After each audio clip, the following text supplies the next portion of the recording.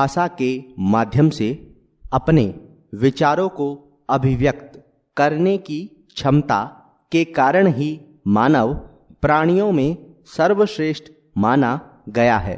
वह अपनी बुद्धि और विवेक के सहारे विभिन्न प्रकार की समस्याओं का निवारण करता है और उनसे संबद्ध विचार सबके सामने रखता है, किंतु विषय वस्तु की सही जानकारी के बिना न तो समस्याओं का आगे बढ़कर सामना ही किया जा सकता है और न संबद्ध विषय पर कुछ कहा ही जा सकता है। भारत जैसे लोकतांत्रिक देश में एक और जहां प्रत्येक नागरिक को सभी प्रकार की गतिविधियों से संबंधित सूचनाएं जानने का अधिकार है, वहीं दूसरी ओर उसे यह भी जानने का पूरा अधिकार है कि उसके द्वारा अदा किए गए कर का उपयोग कैसे किया जाता है, किंतु इसे दुर्भाग्य ही कहा जाएगा। कुछ वर्ष पूर्व तक भारत के नागरिकों के पास ऐसी कोई कानूनी व्यवस्था नहीं थी जिसके माध्यम से वे सरकारी कार्यालयों से सूचना प्राप्त कर पाते। देश की शासन व्यवस्था को सुचारू रूप से चलाने, भ्रष्टाचार पर नियंत्रण रखने, जनता को शोषण से बचाने एवं नौकरशाही की लाल फीताशाही को खत्म करने के लिए देश में आवश्यक सूचना प्राप्त करने का अधिकार संबंधी कानून की आवश्यकता बहुत पहले से महसूस की जा रही थी, ताकि जनता सूचनाओं से अवगत होकर अपनी शक्तियों का प्रभावी रूप से सदुपयोग कर सके। दुनिया के अन्य कई देशों में नागरिकों को यह अधिकार पहले से ही प्राप्त है। लोकतांत्रिक देशों में स्वीडन पहला ऐसा देश था जिसने अपने देश के नागरिकों को 1766 में संवैधानिक रूप से सूचना का अधिकार प्रदान किया। इस समय जर्मनी, डेनमार्क, नॉर्वे, कनाडा, संयुक्त राज्य अमेरिका सहित कई देशों में नागरिकों को यह अधिकार प्राप्त है। भारत भी अब इन देशों की सूची में शामिल हो गया है।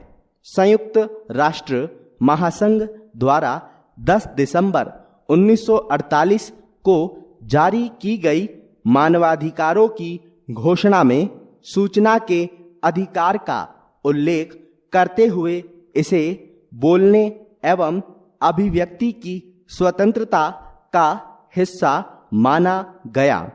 अमेरिका द्वारा वर्ष 1964 में इसे अधिनियम रूप में पारित कर कानून के रूप में मान्यता प्रदान की गई।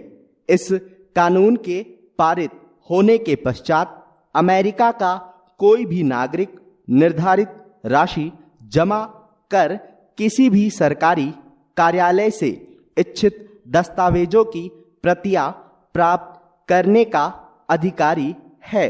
सरकारी अधिकारियों द्वारा दस्तावेज न दिए जाने की स्थिति में दस्तावेज की मांग करने वाले को अपील करने का भी अधिकार प्रदान किया गया है। जर्मनी के संविधान के अनुच्छेद 5 के अंतर्गत वहां के प्रत्येक नागरिक को निजी या सार्वजनिक हितों की पूर्ति हेतु इच्छित सूचनाओं को प्राप्त करने का अधिकार प्रदान किया गया है। जर्मनी में 5 सितंबर 2005 को पारित हुए इस कानून के दायरे से कानूनी, आर्थिक व न्याय संबंधित जानकारियों को अलग रखा गया है। जापान में वर्ष 2001 में सूचना का अधिकार कानून प्रभाव में आया। चिली में वर्ष 2009 को संविधान के अनुच्छेद 8 के अंतर्गत वहां के नागरिकों को यह अधिकार दिया गया। आज विश्व के 90 से भी अधिक देशों में किसी न किसी रूप में नागरिकों को सूचना का अधिकार प्रदान किया गया है। जहां तक प्रतिभा पलायन के कारणों की बात है तो इसका कोई एक कारण नहीं है। भारतीय प्रौद्योगिकी संस्थान एवं भारतीय प्रबंधन संस्थान विश्व स्तरीय शिक्षा के माध्यम से अपने छात्रों को श्रेष्ठ टेक्नीशियन एवं उद्यमी के रूप में विकसित करते हैं। इन्हें बहुराष्ट्रीय कंपनियां भारतीय कंपनियों एवं भारत सरकार की तुलना में बहुत अधिक वेतनमान पर रखने के लिए हमेशा तैयार रहती है। प्रतिभा पलायन का एक और कारण यह है कि भारत में पिछले कुछ दशकों में बड़ी तादाद में इंजीनियर, डॉक्टर, कंप्यूटर विशेषज्ञ एवं अन्य क्षेत्रों के विशेषज्ञ बने। औद्योगिकरण की मंद प्रक्रिया के कारण इन सभी लोगों को रोजगार प्रदान करना संभव न हो सका, जिसके कारण इनमें से अधिकतर लोगों ने अंततः विदेश का रुख किया।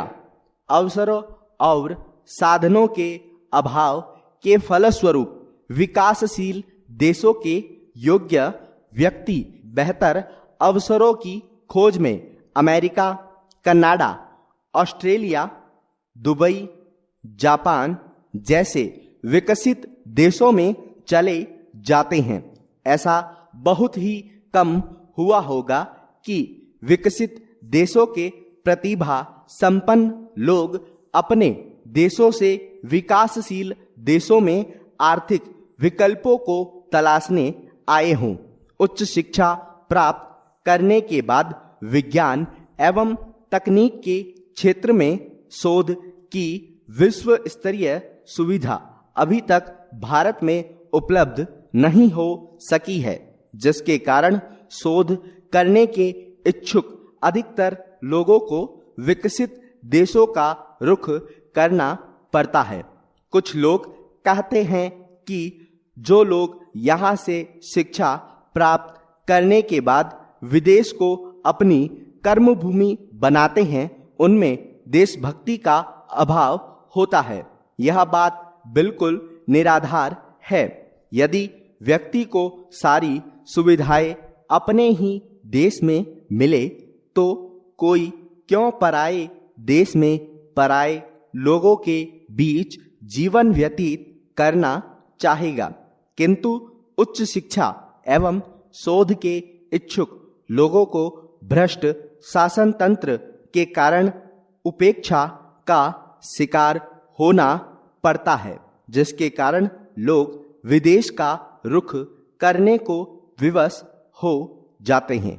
हालांकि प्रतिभा पलायन से होने वाली हानियों की अनदेखी नहीं की जा सकती, किंतु पिछले कुछ वर्षों के शोधों से पता चला है कि प्रतिभा पलायन से देश को कई प्रकार के लाभ भी मिलते हैं।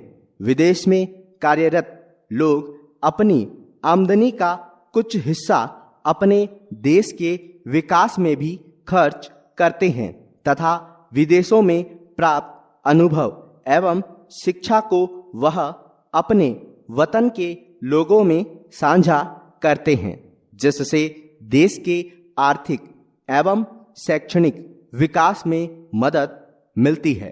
बावजूद इसके प्रतिभा पलायन भारत जैसे देश के लिए शर्म की बात है।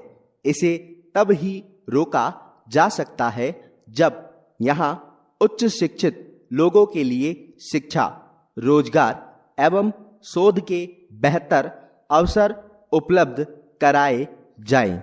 यदि प्रतिभा पलायन पर शीघ्र नियंत्रण नहीं किया गया तो देश में अच्छे तकनीशियनों, डॉक्टरों एवं उद्यमियों के अभाव के कारण हमारी प्रगति निश्चित रूप से बाधित हो जाएगी।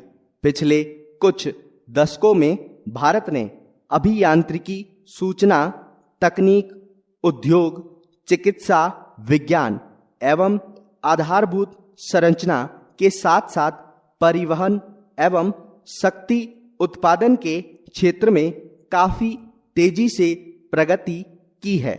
इसके कारण विकसित देशों में जा बसे भारतीय लोग अपने देश वापस आने के इच्छुक हैं।